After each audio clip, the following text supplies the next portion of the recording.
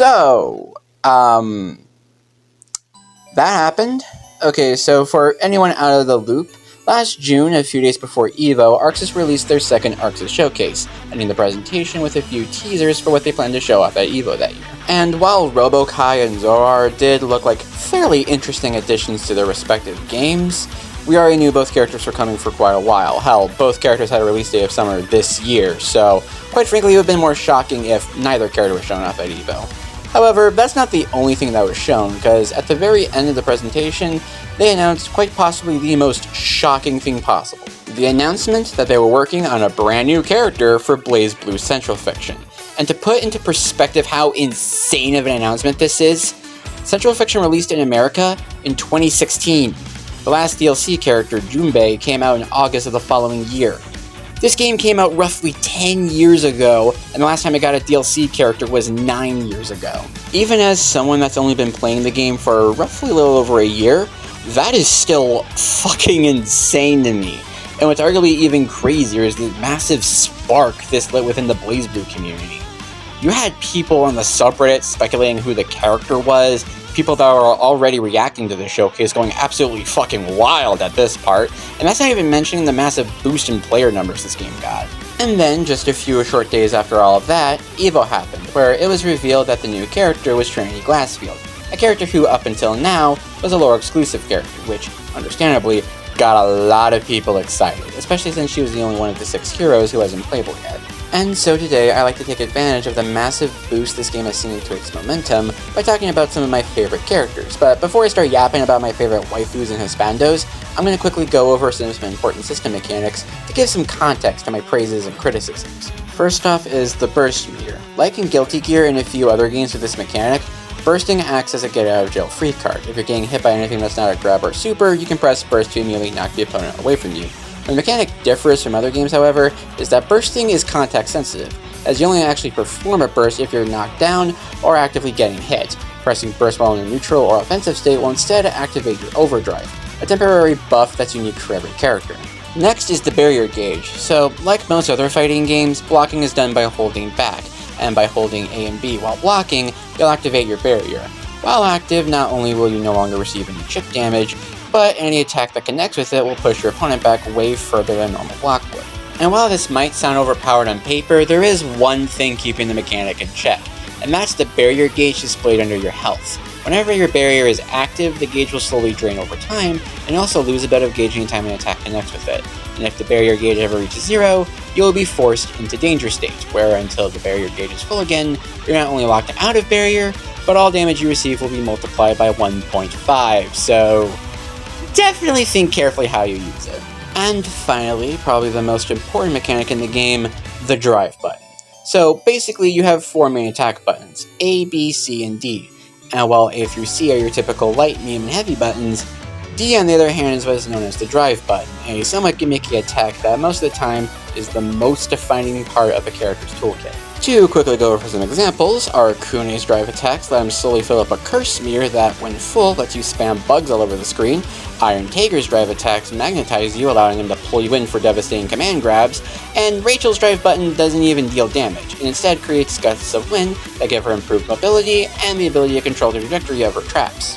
Now, while there are a few other mechanics that are definitely very important and a new player should probably make a priority to learn, for example rapid cancelling and roll recovery, I only brought up these 3 mechanics because these are the ones that are the most vital for understanding the characters I chose to talk about. So with all that being said, let's get to yapping about these waifus and husbandos, starting of course with the game's main protagonist, Ragna the Blood Edge. And just like most fighting game protagonists, Ragna is a fairly newcomer-friendly character with a simple-to-understand game plan and an easy-to-use toolkit that helps new players understand various aspects of the game. However, there are 2 major areas where he differs from your typical fighting game protagonist. One, he's not a Shoto, nor is this a case like Terry or Soul where he's Shoto adjacent. Ragna is a full-on rushdown character with a game plan of getting in and mashing buttons, a task easily accomplished with a particularly aggressive list of special moves. Some of the more notable ones are Dead Spike, a short-range projectile that's good as both a mid-range poke and a tool for corner combos. Hellfang and Gauntlet Hades are great approach tools, both of which having follow-ups performed by doing a quarter circle back plus D. Blood Scythe is good for catching opponents off guard and punishing defensive jumping. And of course, what would an FG pro tag be without some kind of DP, with Ragna's dick on the move being called Inferno Divider. This move has two versions, a C version that's really good for starting air combos thanks to having a bunch of follow-up attacks, and a D version that gives up those follow-up attacks in favor of being the move performed with the D button. And to explain why that's a worthy trade-off, I should probably go into the second thing that makes Ragna different from most fighting game pro tags. You see, while most fighting game pro tags have an average amount of health, by contrast, Ragna has one of the lowest health pools in the game. And on the surface, that might sound very counterintuitive for a character the devs probably intended for new players to try out first. But this weakness is offset by his drive, Soul Eater, letting him recover a small amount of health anytime he lands an attack performed with the D button, making it so that his health can effectively be doubled by playing well, while also encouraging overall more aggressive play. Since individual drive attacks won't recover much health, you're going to have to incorporate multiple drive moves into a combo to get the most out of Soul Eater. Admittedly, this doesn't matter much considering how combo heavy BlazBlue is anyway, but I still think it's an important thing to note. And one last thing to note is his overdrive, Blood Cannon idea. When activated, Ragna's drive moves deal more damage and by proxy, recover more of his health. So if activated before performing a long combo, you could effectively recover a third of his health in some situations. Overall, Ragna does a good job of being a fairly easy to understand character while still having a lot of complexity and depth for more experienced players, all while perfectly showcasing what makes this game unique. But let's say Ragna didn't quite click with you. Let's say you happen to be in the market for a much more complex character. A character that's much more defined by a much wackier drive ability. Well, my friend, have I got the character for you? Introducing the girl that originally brought me to this game, Platinum the Trinity. And right off the bat, before I say anything else about this unique girl, I need to talk about her drive, Magical Symphony. By pressing the D button, Platinum will summon one of 8 magical weapons, each one functioning very differently from each other and having very limited amount of uses before another one needs to be summoned. These 8 weapons are a present that, when placed in the ground, acts as a trap that will launch your opponent in the air when triggered. A bomb that will be thrown in one of 3 different arcs, depending whether or not you're holding forward or back when throwing it. It's very useful for swatting your opponent out of the sky.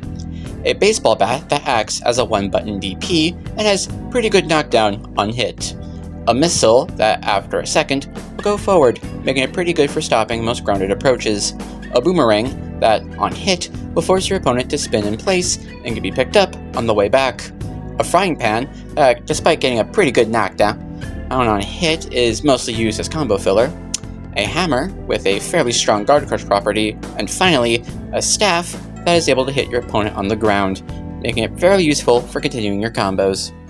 So, yeah, she's got a lot of stuff. Now, while it is tempting to say that Platinum is all about throwing random bullshit and nothing else, I feel there's a few elements that force you to put a bit of thought into how you use her weapons. For one, you can actually see what magical weapon you're about to get thanks to this icon above her heat gauge. Secondly, while it is true the order you get the weapons is random, it's actually impossible to get the same weapon twice thanks to each rotation having only one of each weapon. So because of that, I'd say Platinum is less about throwing random bullshit and hoping for the best, and more so about seeing what weapon you have at the moment and then adapting your game plan accordingly. And all of this is just from covering her drive button. This isn't even taking her special moves into account. So, to quickly go over some of the highlights, there's Dream Sally, a bubble that will freeze your opponent in place for a couple seconds, Mimi Circle, an attack where Platinum comes charging in on a heart that's either sliding on the ground or in an upward arc depending on what button is pressed, and Mystic Momo, a move that lets you discard your current magical weapon by firing it off as a projectile. So with all of these tools and more at her disposal, Platinum is a very flexible character with answers for almost any situation, but doesn't always have access to said answers, forcing the player to see what magical weapon they have on hand, and then plan accordingly to hopefully adapt to the current situation. Also, fun little tidbit, I may have forgotten to mention that her overdrive lets her spam whatever magical weapon she currently has equipped, so, do with that information what you will. Next up is the boxing squirrel girl, Makoto Nanaya, and comparatively at least, she's probably the simplest character I'll be talking about today, with most of her toolkit and general game plan being easily described with one sentence. Punch your enemies really, really hard. For example, her drive is called Impact, and it's essentially a series of chargeable punches, with standing D being a simple straightforward punch, crouching D is an uppercut that's good for anti-airs, and jumping D stalling you in the air for a few seconds. Each of these punches have 3 charge levels, with level 1 being little more than combo fodder, level 2 having an insane amount of hit stun and can be cancelled into specials, opening the door for a large amount of combo routes, and finally level 3 has an insane amount of knockback on hit, practically guaranteeing the match returns neutral if it lands.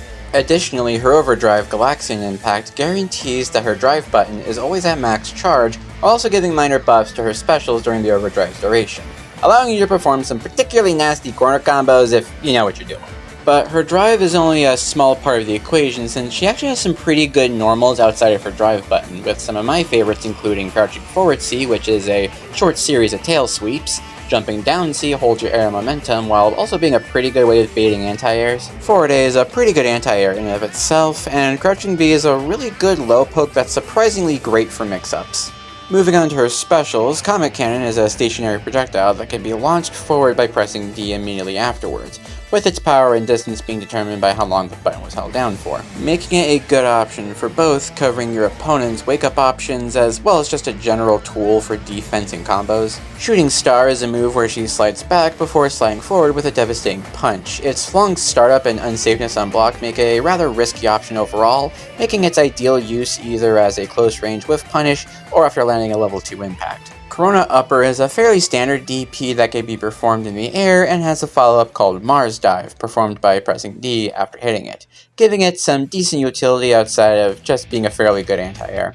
Serious Jolt is a powerful punch with well-bounced properties, making it really good for block strings, and finally, there's Asteroid Vision, a move where Makoto runs forward while leaving 2 clones behind her. The B and C versions leave her in the air at different angles where she can immediately perform any of her air normals, while the A version keeps her on the ground but gives her access to a long list of follow-ups, half of which are a follow-up from her C follow-up Infinite Rush. Yes, it's a follow-up that leads to more follow-ups because why not? So yeah, if you want a character that's very easy to understand and you don't mind having extremely short range, Makoto might be the character for you, because even though she struggles heavily against zoners due to lacking any consistent ways of countering them, her powerful combos and mix-ups do more than enough to make up for that fact in my opinion. To wrap up this video, I'm going to be talking about my main and the resident pretty boy of this game, Amane Nishiki. And before I say anything else, I should preface this segment with one simple truth.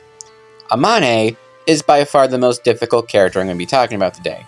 Hell, depending on who you talk to, Amane is the most difficult character in this game, period. There are many different reasons for this, most of which I'll naturally be touching on over the course of talking about him, but fair warning to anyone watching this that's new to the game, this guy is the furthest thing from beginner friendly. So with that little warning out of the way, let's start by going over his drive, Spiral. Located right above his heat gauge is a unique spiral gauge that will slowly go up whenever he's using any of his drive moves, and then slowly deplete whenever said moves are not in use. Every time the gauge goes up a level, he will gain a buff for his drive normals, but if the gauge ever goes past level 3, he will temporarily be locked out of his drive moves until the gauge returns back to level 1. Said drive buttons being various drill attacks that will keep spinning for as long as the button is held down. And while the damage that comes from this isn't bad, the more important aspect of this is how it interacts with the opponent's defense. Cause on block, it deals a fucking ludicrous amount of chip damage, and you can easily take large chunks of your opponent's barrier gauge should they think it's a good idea to try to push you out with it. So with a drive like that, you'd think he'd be an aggressive rushdown character, right? Well, apparently if you thought that, you'd be wrong, because according to Deathloop, he's an evasive zoner. Granted, I have some hangups about this classification, but at the very least I can understand how someone can come to that conclusion when looking at the rest of his kit. For example, his non-drive normals all have unique ranges to them, with his A buttons covering a very small space in front of him and not much else. His C buttons have an absurd amount of range for a normal and can be used to drag the opponent closer to him at the cost of having a dead zone right in front of him, and his B buttons are either very good mid-range tools like standing B and jumping B, or are some of his gimmickier buttons that can be surprisingly useful in some situations, like how forward B sends him backwards, immediately creating distance between him and the opponent, and jumping down B immediately stops his aerial momentum. And while on the topic of his momentum, to make up for having a rather slow run speed, Amane has a command jump called Zatu, letting him quickly cover a good distance both forward and back. There's 2 versions of the move, the A version which covers a lot less distance but keeps him much closer to the ground, making it harder for him to be anti-aired, and the B version, which lets him cover much more distance, but also puts him at a massive jumping arc, making it a lot easier for the opponent to react to him. And while we're here, I might as well go over his other 5 special moves. First, there's Ginga, a short-range tornado projectile with a lot of knockback, making it ideal for punishing an opponent's approach, or as an ender for drill combos. Rabu, a forward-advancing multi-hitting move that's great either in the middle of or at the end of a combo. Gekuden, a command jump that only works on airborne opponents, and aside from calling out sloppy air games, really doesn't do much in my opinion.